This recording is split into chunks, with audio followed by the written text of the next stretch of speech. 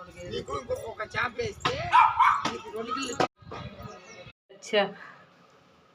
Hi friends, ఎలా ఉన్నారు? బాగున్నారా? ఈ పచ్చి చేపలు తోలు తీసినాం, మంచిగా కడిగిన నీట్గా.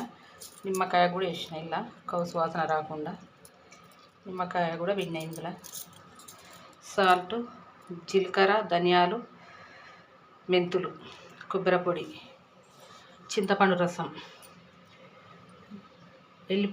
ఉల్లిగడ్డలు 2 తీసుకున్న, పేస్ట్ చేసిన. 3 టమాటాలు తీసుకున్న, ఇది కూడా పేస్ట్ చేసిన. కొత్తిమీర, కరివేపాకు, పచ్చిమిరపకాయలు, అల్లం పేస్టు. నూనె కూడా బాగానే పడుతుంది చేపల కూరకు. ఇవన్నీ వేస్తేనే చాలా బాగుంటాయి ఫ్రెండ్స్. కూర మొత్తం కంప్లీట్ అయినాక పెడతా.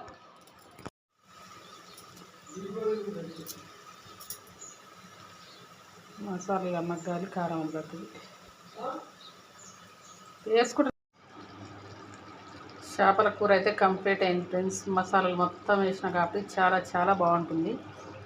మీరు కూడా ఇలాగే వండుకొని తినండి. మాకైతే రోజు వస్తాయి చేపలు, 50 రూపాయల కేజీ.